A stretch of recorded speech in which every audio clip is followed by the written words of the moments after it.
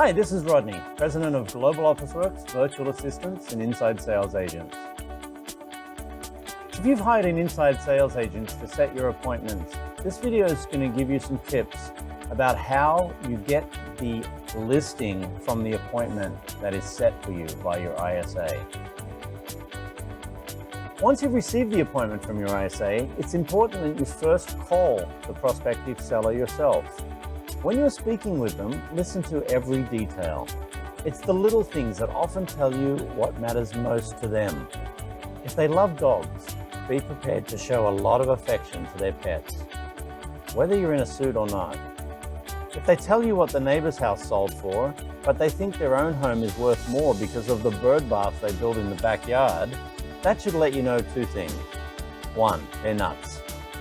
And two, you still need to make a big deal about the bird bath in the backyard when you see it. Selling a house is a stressful time in a person's life, so the effort you put into the smallest details will make them feel more comfortable to work for you. Don't get off the phone with your prospects until you've given them an assignment. Let them know you'll be sending an email with some testimonials and other important information about your services. But it will also include a couple of things that you need them to send back to you before you meet. In the email, ask them to send you what they believe are the top 3 selling points of their house, the top 3 objections a potential buyer may have, and who they think their ideal buyer is. Their answer will give you an idea of what kind of seller you're dealing with, but the assignment itself will also allow you to subconsciously take control of the transaction. When you put someone to work, it subtly asserts your control while also building trust because you're working on something together. Make them promise not to list with someone else before you get a chance to show them your marketing plan for their house. The hard truth is that many brokers have been taught to discount their commission at the listing appointment if the seller signs an agreement right then and there. When this happens, you don't even get a chance to present what you have to offer. While you've got them on the phone, say something like this. Some salespeople drop their commissions on the spot if you sign with them right away because they know they can't market your property the way I can.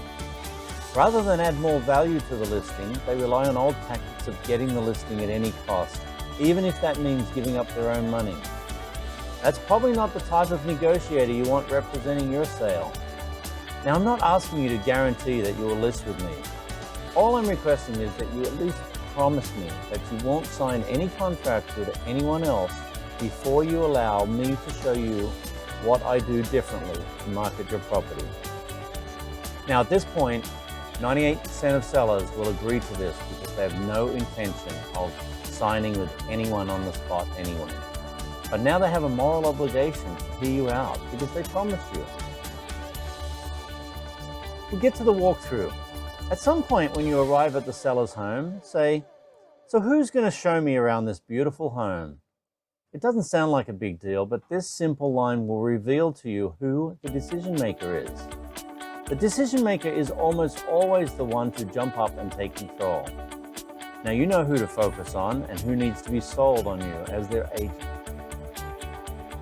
The walkthrough is also the time to talk about the notes you took during the initial call. Look for the things, both large and small, that they mentioned about their house, whether it's the color of a room or a bathroom or kitchen remodel. Don't ever tell them what you think adds value or takes away value. When you see things that you know add value or take away value, if you tell them, then they're going to assign their lack of value to your opinion. Instead, learn to say, "Research tells us that." This will change everything. Research tells us that leaving dogs loose for showings makes buyers uncomfortable and decreases the odds of them making an offer. Just remember, research tells us is your best friend as an agent. The sit down at the table session. Frame the conversation and set the expectation. This is not the time to act like a customer service rep and present your case for their listing, telling them to let you know what they decide. When you sit down, start off the conversation by saying, "On a scale of 1 to 10, what has to happen today in order to leave you with no doubt that I am the agent you should hire. Their original intention may have been to interview you and compare you to other agents, but this question reframes their intention and plants the seed that if you hit the points they mention, they will hire you. Don't ever compete on price. You have to compete on process. If you think past sales in an area is the final indicator of home value, and if you regularly drop your commission to compete with other agents, you probably aren't the best option for most sellers. Past sales often include short sales, foreclosures, and other instances where the price was compromised by circumstances. If you are competing on price or using your commission as the bait to get the seller, anyone can beat you out of the listing by simply lowering their commission to a fee cheaper than yours. It can't be about that. Not to mention the precedent that you set regarding your commission by showing that you will give up at a moment's notice if it means getting to the closing. Instead, try something different. Come up with a profile of what the exact buyer most likely will look like for the listing. Then go to the Facebook Ads Manager and create a potential ad targeting that demographic. When you specify the demographics, Facebook shows you on the right side of how many people meet criteria and will potentially see your ad. Now show this ad to the seller and say, there are approximately X number of potential buyers that match the exact profile of the type of person that would buy this house. I've already prepared for you what the ad will look like, and my marketing team is ready to go the moment you decide to list with me.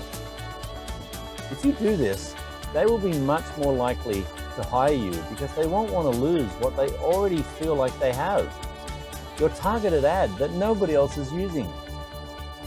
Last but not least, you have to close. When you are done presenting what you do and how you do it differently, you have to ask for the listing. Don't ever show up at a listing appointment without the paperwork ready. Remember, a closed mouth doesn't get fed.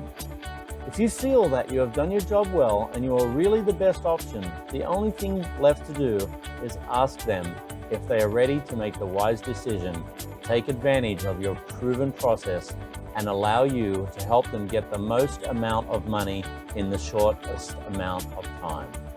Close the deal.